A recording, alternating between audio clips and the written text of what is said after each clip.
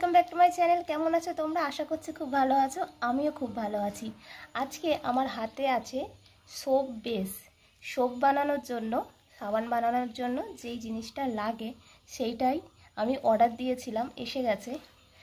আর বক্সটাও খুব সুন্দর করে দিয়েছিল, কাঁচের জিনিস আসলে যেমন বক্স করে ওই রকম করে দিয়েছিল। তো এইটা কেনার একটা প্রধান কারণ হচ্ছে, এটা দেখাতে দেখাতে গল্পটা তোমাদের সাথে শেয়ার করি। আজকে আমি বাড়িতেই বানাবো সাবান। আর এর পেছনে একটা কারণ হচ্ছে আমার হাজব্যান্ড, ও না একেবারে কোনো কিছু মুখের মধ্যে মাখতে চায় না, শুধু সাবানটাই মাখে।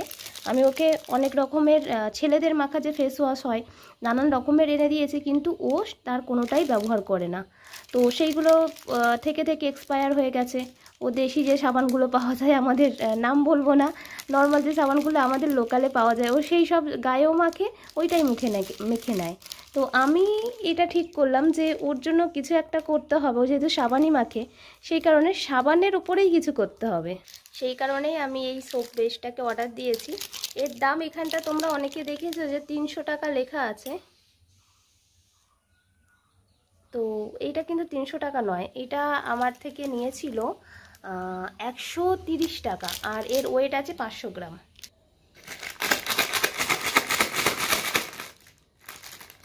আমার যতটা প্রয়োজন হবে আমি ততটাই নেব, আজকে বেশি বানাবো না। আজকে একটা থেকে দুখানা সাবান বানাবো, দেখি কতটা লাগে, এখন আমারও আন্দাজ নেই। তো সেই কারণে আমি কিছুটা পরিমাণ কেটে নিচ্ছি, এতটা পরিমাণই নিলাম। এইটা এই দেখো সাবানের মতো চিপচিপা, সাবানের গায়েরটা যেমন থাকে ওই রকম। ও পড়িস না রে, আবার তোকে দিয়ে আবার বানাতে হবে যদি তুই ভালো হয়ে যাস একবার। আর এটাকে আমি ছোট ছোট পিস করে কেটে নিচ্ছি, কারণ এটাকে গলাতে হবে। তো এইরকম ছোট পিস করে কেটে নিলে অনেকটা সুবিধা হবে গলতে। আমি এখানে একটা পেপার নিয়ে নিয়েছি, পেপারটার উপরে কাটছি। পেপারটা ছোট হয়ে গেছে, যাই হোক, যতটা ছোট পিস করব ততটা ভালো গলবে। তাই জন্য আমি চেষ্টা করছি এক হাতে যতটা করা যায়।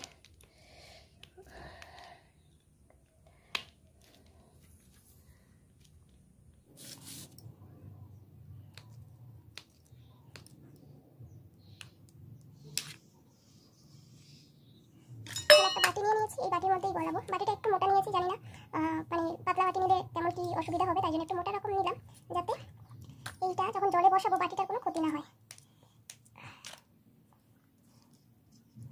চলো ঝটপট করে এগুলোকেও কেটে নিই।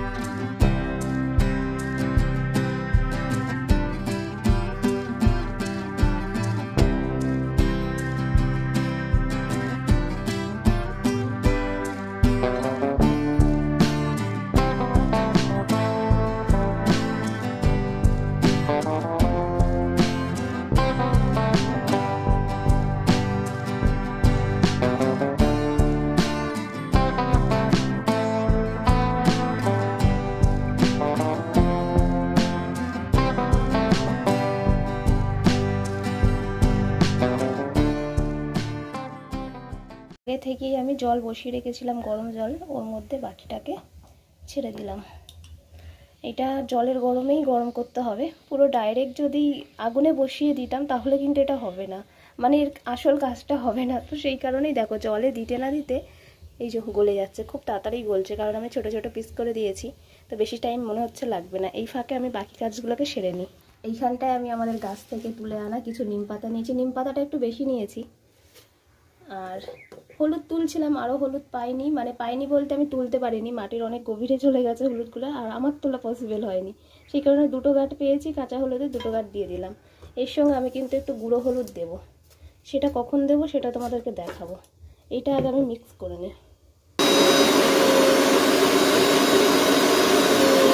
মিক্স হয়ে গেছে আর খুব ভালো মতো হয়েছে। মিক্স করতে করতে এদিকে কিন্তু আমার সাবানের যে টুকরোগুলো, মানে সব বেসের যে টুকরোগুলো, সেগুলো ভালো মতোই গলে গেছে। আমি মিক্সারটা এবার ছাঁকনির সাহায্যে কিন্তু এতে ছেঁকে দিয়ে দেবো।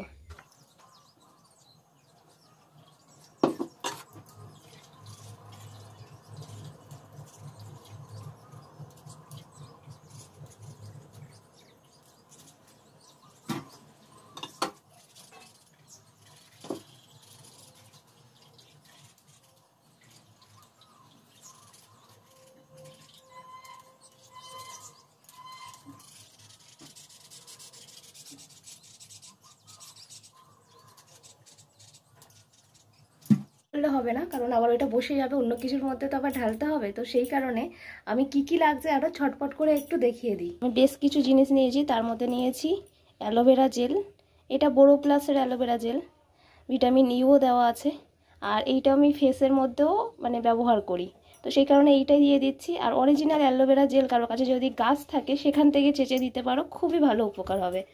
আর আমি যেটা ঘরে কিছু কিছু জিনিস ব্যবহার করি তার মধ্যে হচ্ছে গোলাপ জল, গোলাপেরই গোলাপ জলটা, সেটা ডাবরের গোলাপ জলটা, তো সেটা আমি দেবো। আমি সামান্য একটু বেসন দেবো, কারণ আমি বেসন দিয়ে প্রত্যেকদিন মুখ ধুই। আর এখানটা আছে অরিজিনাল মধু, যেটা প্রায় 2-2.5 বছর হয়ে গেছে। আর এখানটা আছে পাতি লেবুর রস দিচ্ছি। আমাদের লেবুটা বড় বলে, না হলে তোমরা ছোট লেবু হলে একখানা দিতে পারো, আমি এটা 3 ভাগের 1 ভাগ দিচ্ছি। এখানটা আছে নারকোল তেল, 100% পিওর নারকোল কোকোনাট অয়েল, এটা দিচ্ছি। আর আরও একটা জিনিস দিচ্ছি, সেটা হচ্ছে কফি পাউডার। তো এইগুলো সব কিছু ট্যান রিমুভ করে। যাদের ফেসে অনেক বেশি ট্যান পড়ে গেছে, গায়ে হাতে ট্যান পড়ে গেছে, এই সাবানটা বানিয়ে কিন্তু ব্যবহার করতে পারো। তো আমি বেশি কথা বলে দেরি করবো না, ঝটপট করে দিয়ে দিই, নাহলে ওই যে সাবানটা বসে যাবে। বেশি করে তো নিম পাতা দিয়ে দিয়েছিলাম, এবার দিয়ে দিলাম একটু চিনি, তিতোর পর দিয়ে দিলাম মিষ্টি। আসলে চিনি দিয়ে তোমরা জানো টমেটোর মধ্যে চিনি দিয়ে যদি তোমরা হাতে পায়ে ঘষো তাহলে অনেক তাড়াতাড়ি ট্যান উঠে যায়। তো তারপর আমি দিয়ে দিলাম অ্যালোভেরা জেল। অ্যালোভেরা জেলে কিন্তু আগে থেকেই ভিটামিন ই দেওয়া আছে। নারকোল তেল দিলাম, মধু দিচ্ছি, মধুটা কিন্তু খাঁটি মধু, মানে আমাদের এখানে একটা বাড়িতে বানানো হয়, তাদের থেকে নেওয়া হয়েছিল, প্রায় 2-2.5 বছর হয়ে গেছে। তো পুরনো মধু যত হবে ততই ভালো উপকার, তোমরা ভালো মতোই জানো। আর সাথে দিয়ে দিলাম একটু গোলাপ জল। আর হ্যাঁ, বেসন দেবো। বেসন দেওয়ার আগে একটা কথা বলি, বেসন দিলেই কিন্তু একটুখানি আবারও জাল দিতে হবে, মানে গ্যাসটাকে আবার জ্বালিয়ে নাড়াতে হবে, না হলে কি হবে বলো তো, সাবানটা বেশি দিন যাবে না, ফাঙ্গাস হয়ে যাবে। বেসনটা যেহেতু মানে ওই রকম ফোটানো জিনিস নয়, এইগুলো কিছু কিছু জিনিস আছে যেগুলো দিলে একটু মাথায় রাখতে হবে, এবং এইগুলো একটু নিজের বুদ্ধি খাটিয়ে কাজটা করতে হবে যাতে সাবানটা অনেকটা দিন যায়।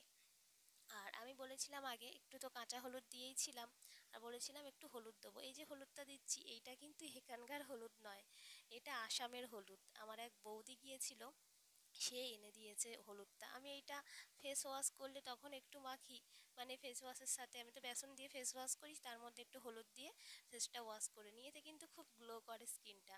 আর তারপর দিয়ে দিলাম আধা পিস, ঠিক নয়, আধা পিসের থেকে একটু কম, বড় সাইজের লেবুটা ছিল, সেখানে রসটা বেশ দিয়ে দিলাম, প্রায় অনেকটাই রস ছিল, 1-1.5 চামচ রস হয়েছে। তো সেটাকে আমি ভালো করে এর মধ্যে দিয়ে দিলাম, দিয়ে এবার ভালো করে একটু মিক্স করে নেব। সব কিছু ভালো করে দিয়ে দিয়েছি, এবার ভালো করে মিক্সিংটা করে নিতে হবে, বুঝলে। আর এটা করার জন্য আমাকে একটুখানি ফোনটা রাখতে হবে, রেখে এটা ভালো করে মিক্স করে নিতে হবে। অন্য মিক্স করছি, আর সাঁড়াশি দিয়ে দেখতে পাচ্ছ এরকম করে ধরে নিতে হয়েছে, কারণ নিচে তো জল কড়াইয়ের মধ্যে, আর গ্যাসটাকে আমি জ্বালিয়ে দিয়েছি, বলেছিলাম বেসন দিলে একটুখানি জ্বালাতে হবে। আর এখানে আর একটা কথা বলি, আমার কিন্তু সাবানটা একটু নরম মতো হবে, তার কারণ হচ্ছে আমি সাঁড়াশিটা যখন দিয়ে মানে বাটিটা ধরতে গেছি, তখন বাটিটা একটু জলের মধ্যে ঢুকে গেছে, আর অনেকটাই বেশ জল ঢুকে গেছে। তো তোমরা যখন এরকম কাজটা করবে তখন কিন্তু খুব সাবধানে করবে, কিংবা বাটিটা একটু নামিয়ে নিয়ে আগে মিক্স করে নিয়ে তারপর ধরবে, তাহলে জলটা যাবে না, তাহলে সাবানটা অনেক বেশি শক্ত হবে। কতটা শক্ত হয় না হয় আমি এখনও নিজেও কনফিউজ, দেখাই তোমাদেরকে, যা হবে তোমাদের সামনেই। তবে আমার যেহেতু জলটার মধ্যে চলে গেল, আমার তো একটু মানে কনফিউশন আসছেই। আর আমি এখানে যেই যেই জিনিসগুলোতে নেব তার মধ্যে আমি দেখতে পাচ্ছ কাঁচের বাটি নিয়েছি, আর একটা ওই যে দই মিষ্টি এগুলো দেয় না ছোট্ট ছোট্ট বাটিগুলোতে, যার মধ্যে চাটনি দেয়, ওই একটা প্লাস্টিকের বাটি রেখেছি। আমি সব কিছুতেই ট্রাই করব, কাঁচের জিনিস, প্লাস্টিকের জিনিস, কাগজের জিনিস। কাগজেরটা তবে পরে আমার প্ল্যানিংয়ে এসছে, আমি প্রথমে কাঁচ আর প্লাস্টিকেই করতে চেয়েছিলাম, দুটোকে সেই কারণে নিয়েছি। প্লাস্টিকে যখন দিচ্ছিলাম আমার একটু ভয় ভয় করছিল, মনে হচ্ছিল যদি গলে যায়, গরম জিনিসটা ঢালছি যদি গলে যায় প্লাস্টিকটা, তাই জন্য নিচে একটা আমার স্টিলের একটা বাটি দিয়ে দিলাম, কারণ যদি গলে পড়ে যায় বাটির মধ্যে পড়বে, না হলে অতটা জিনিস নষ্ট হয়ে যাবে। তো এই দুটো জিনিসে দেওয়ার পরও দেখছিলাম অনেকটা বেঁচে গেছে, তখন আমার মাথায় এলো যে একটা কাগজের জিনিসে ট্রাই করা যাক। এই ভেবেই আমি ঝপ করে রেখে গিয়ে কাগজের যে চা খাওয়ার কাপগুলো হয় না, কফি খাওয়ার, চা খাওয়ার, সেই কাপটা একটা নিয়ে চলে এলাম। এর মধ্যেও দিয়ে দিয়েছি একটুখানি নারকেল তেল। নারকেল তেলটা দেওয়ার একটাই কারণ, যাতে খুব তাড়াতাড়ি উঠে যায়, যখন এটাকে বার করব তখন যাতে ঠিকঠাকভাবে বার হয়ে যায়। আমি 3খানা জিনিসের সমান ভাগে ঢেলে দিলাম। আর ঢালার সময় দেখতে পাচ্ছ আমি ছাঁকনি নিয়েছি, কিন্তু এর একটা বিশেষ কারণ হচ্ছে এই যে বেসনটা দিলাম, বেসনটা তো ঠিক মতো গুলবে না, যতটা গুলেছে ততটাই যেন যায়, যেগুলো ডেলা পাকিয়ে আসে সেইগুলো গেলে কিন্তু ফাঙ্গাস হয়ে যাবে। অনেক কিছু মাথায় রেখেই সাবানটা করতে হয়। তো সাবান আমার রেডি হয়ে গেছে, এই যে সরি রেডি হয়নি, এখন যাব বসাতে। রেডি। আমি যে বাটিগুলোতে দিলাম দেখলেই তো, আমার কাছে অপশান ছিল না, আমার কাছে যে মোল্ডটা থাকে ওইটা আমার কাছে ছিল না। আর আমাদের এখানে লোকাল দোকানে পাইনি, ফ্লিপকার্টে ভেবেছিলাম অর্ডার দেবো দেবো করতে করতে দেওয়া হয়নি। আর আমার বরের যেই সাবানটা ছিল ওটা শেষ হয়ে গেছে, আজকে আমাকে সাবানটা করতেই হতো, না হলে বলবে যে তুমি বললে যে সাবান করে দেবে আর আমি সাবান কিনলাম না, সব কটাই শেষ করে হয়ে গেল তারপরও তুমি বানিয়ে দিলে না। তো সেই কারণেই আমার এটা বানানো। তো চলো, জানি না কেমন হবে, আমিও অপেক্ষায় আছি যে কেমন হবে আর কেমন মাখবো, মাখলে অবশ্যই দেখাবো যে ফেনা কেমন হচ্ছে। একটা সুন্দর গন্ধ বেরোচ্ছে, নিম পাতা হলুদ সমস্ত মিক্স একটা গন্ধ বেরোচ্ছে। তো চলো, আমি ফ্রিজে একটা জায়গা করেছি রাখার, এই যে উপরের জায়গাটা খালি করেছি, এইখানটা এটা রেখে দেবো। ডিপ ফ্রিজে এটা রাখা যাবে না, ডিপ ফ্রিজে রাখলে ওপরটাতে বরফ হয়ে যাবে, সেই কারণে এইখানটা একটু অ্যাডজাস্ট করে রেখে দিলাম। এই ওপরের থাকটায় আমাদের খুব কম জিনিসই থাকে, তো সেইখানটায় এখানে একটু অ্যাডজাস্ট করে ঢুকিয়ে দিলাম। থাক, আমার সাবানটা কেমন বসে দেখি।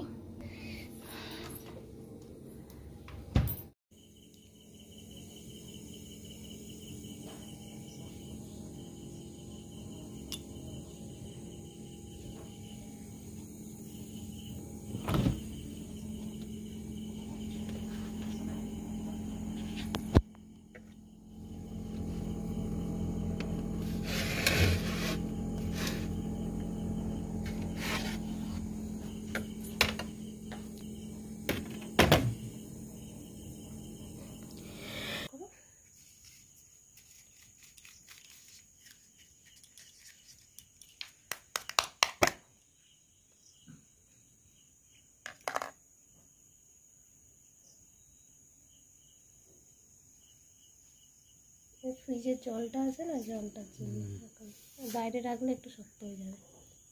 স্টপ করো।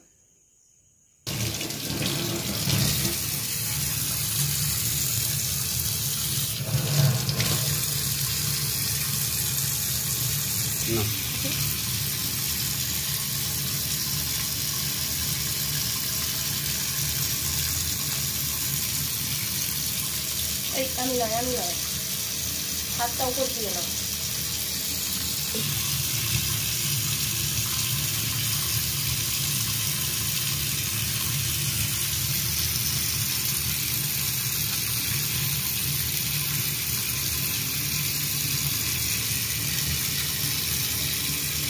দেখতে পারো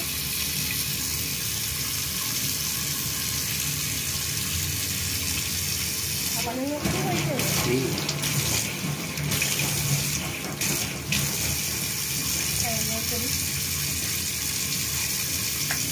খুব মজা আসছে নিজের বানানো সাবান।